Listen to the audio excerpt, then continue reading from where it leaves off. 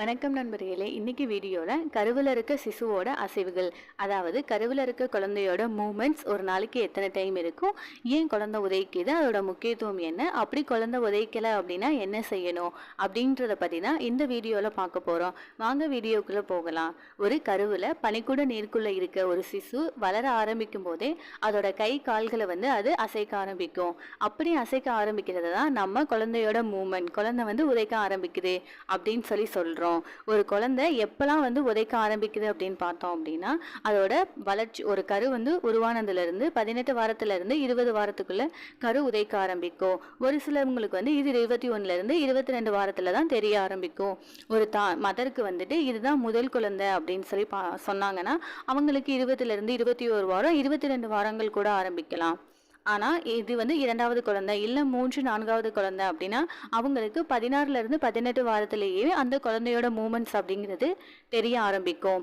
எப்போல்லாம் குழந்தை உதைக்கும் அப்படின்னு சொல்லி பார்த்தோன்னா, மதர் லெஃப்ட் சைட் படுத்திருந்தாங்க அப்படின்னா அப்போ குழந்தையோட அசைவு அப்படிங்கிறது அவங்களுக்கு அதிகமாக தெரியும். அப்புறம் சாப்பிட்டதுக்கப்புறம் ஏதாவது ஹெல்த்தியாக ஸ்நாக்ஸ் சாப்பிட்றாங்க, பால் குடிக்கிறாங்க, ஜூஸ் குடிக்கிறாங்க, இல்லை சாப்பிட்றாங்க அப்படின்னா சாப்பிட்டதுக்கப்புறம் அவங்க உடம்புல ரத்த சர்க்கரையோட அளவு அதிகமாக இருக்கும். அதனால அந்த டைமில் குழந்தையோட அசைவுகள் அப்படிங்கிறது மற்ற டைமை கம்பேர் பண்ணும்போது அதிகமாக இருக்கும். அப்புறம் மதர் ஏதாவது சாங் கேட்குறாங்க, இல்லை சாங் பாடுறாங்க அப்படின்னா அந்த டைமில் குழந்தை நல்லா ஆக்டிவாக உதைக்க ஆரம்பிக்கும்.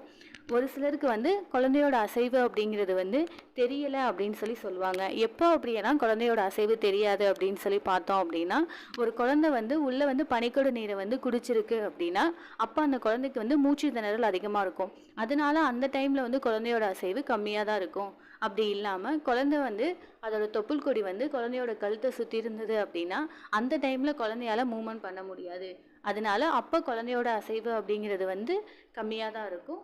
ஒரு சில மதர் நைட்டு சாப்பிட்டதுக்கப்புறம் காலையில் சாப்பிட ரொம்ப லேட் ஆகும். அப்போ குழந்தைக்கு தேவையான சத்து பத்தாத காரணத்தினால கூட குழந்தைக்கு அசைவுகள் அப்படிங்கிறது கம்மியாக இருக்கும். ஒரு குழந்தையோட அசைவு தெரியலை அப்படின்னாலே மதர் உடனே ஒரு சுடுதண்ணி குடிக்கிறது, பால் குடிக்கிறது, ஸ்நாக்ஸ் சாப்பிட்றது, ஜூஸ் குடிக்கிறது, இதில் ஏதாவது ஒன்று பண்ணணும். அப்படி பண்ணியும் அவங்களுக்கு குழந்தையோட அசைவு தெரியலை அப்படின்னா 3 மணி நேரம் வெயிட் பண்ணி பார்க்கலாம். அப்படி 3 மணி நேரம் வெயிட் பண்ணி பார்த்து குழந்தையோட அசைவு தெரியலை அப்படின்னா பக்கத்தில் இருக்க ஹாஸ்பிட்டலில் போய் பார்க்க வேண்டியது அப்படிங்கிறது ரொம்ப முக்கியமானது. இன்னும் ஒரு சிலர் 20 வாரம் ஆகிடுச்சு ஆனால் குழந்தையோட அசைவு தெரியலை அப்படின்னு சொல்லுவாங்க.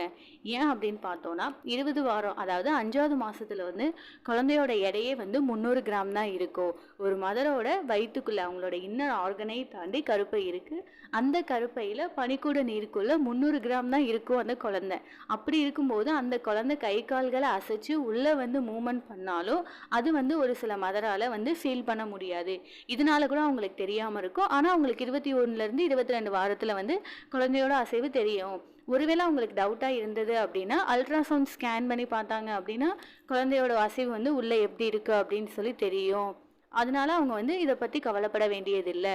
அதுக்கப்புறமும், அதாவது 21, 22 இல்லை 7 மாதங்களுக்கு அப்புறமுமே குழந்தையோட அசைவு தெரியலை, இல்லை இவ்வளோ நாள் அசைவு தெரிஞ்சது இப்போ அசைவு தெரியலை, ஜூஸ் குடிச்சு பார்த்தாச்சு, பால் இதெல்லாம் குடிச்சாச்சு, ஆனாலுமே அசைவு தெரியலை அப்படின்னு சொன்னாங்க அப்படின்னா அவங்க பக்கத்தில் இருக்க ஹாஸ்பிட்டலில் போய் பார்த்து பேபியோட மூமெண்ட்ஸ் தெரிஞ்சுக்கிறது அப்படிங்கிறது ரொம்ப முக்கியமானது. நன்றி.